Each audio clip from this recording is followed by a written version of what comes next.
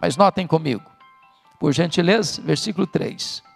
E apareceram, distribuídas entre eles, línguas como de fogo, e pousou uma sobre cada um deles. Notem vocês que a experiência do enchimento não é coletiva, mas particular, pessoal.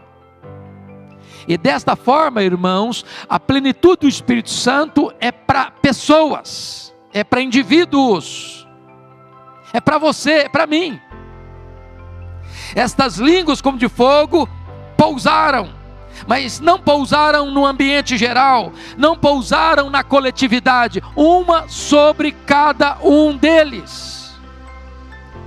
Agora notem, o Senhor Jesus Cristo,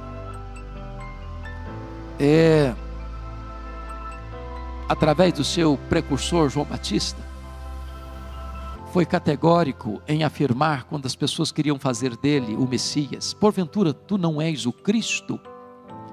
E João Batista disse para as multidões: eu batizo com água, mas aquele que vem depois de mim é mais poderoso do que eu, e ele vos batizará com o Espírito Santo e com fogo. Se você olhar a história bíblica, Deus se revelou através do fogo. Foi assim lá na sarça ardente, no Monte Sinai. Foi assim lá no Monte Carmelo, com o profeta Elias.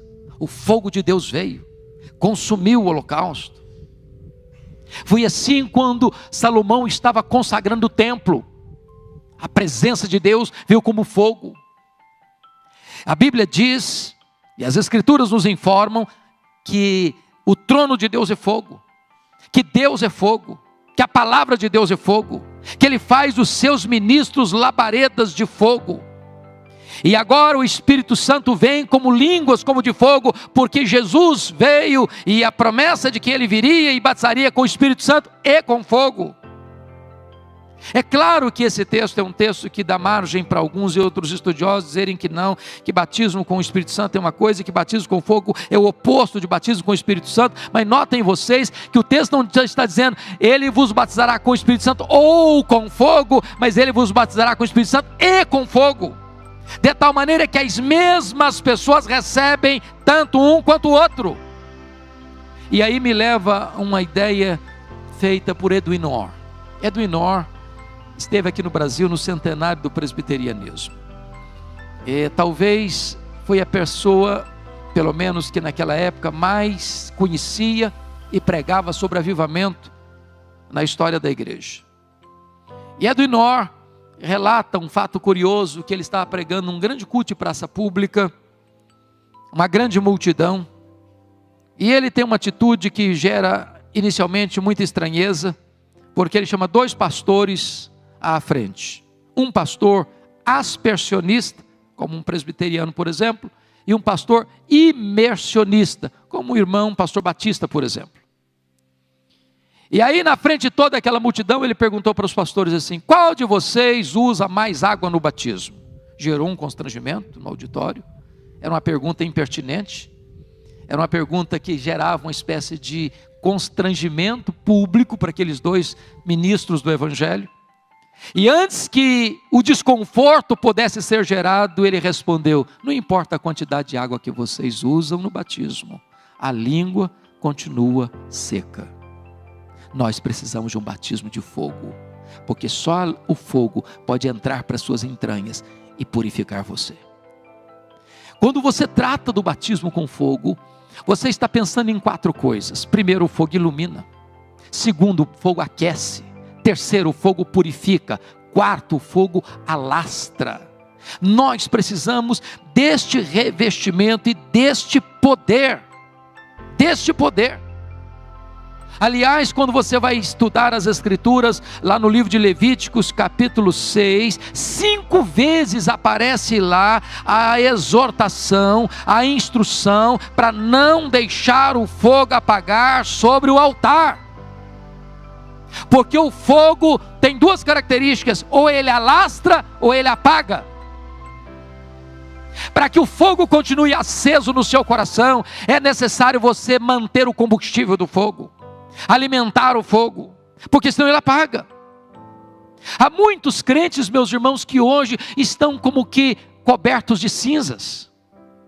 Houve um tempo na sua vida que houve fogo, houve um tempo na sua vida que houve fervor, houve um tempo na sua vida em que havia amor por Jesus, alegria na presença de Deus, delícia na oração, prazer no louvor, paixão pelo Evangelho, alegria em falar de Jesus Cristo. Esta chama foi apagando, foi ficando uma chama bruxuleante, e de repente esse fogo apagou, e essas brasas se tornaram um carvão cheio de cinzas e coberto de cinzas.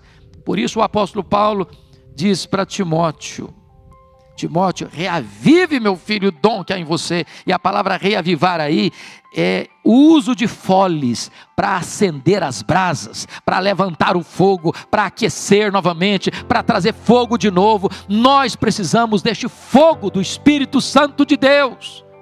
E eu não estou falando de fogo estranho, e eu não estou falando de fogo fátuo, eu não estou falando de fogo plástico, eu não estou falando de fogo produzido pela terra, eu não estou falando de fogo produzido pelo homem, eu estou falando do fogo do Espírito Santo de Deus, que aquece, que inflama, que purifica e que alastra para a glória de Deus.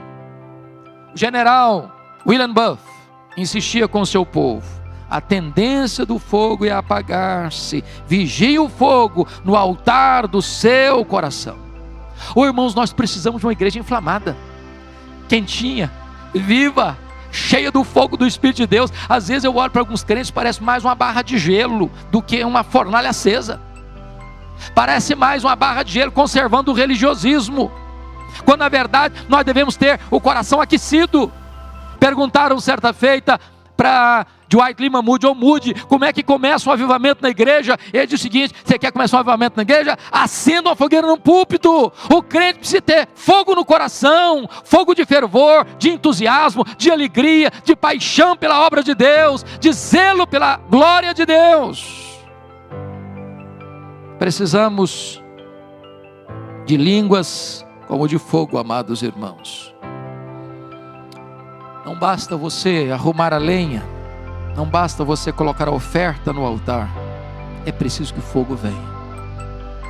E quando o fogo desce, o povo cai de joelhos clamando: só o Senhor é Deus, só o Senhor é Deus, só o Senhor é Deus.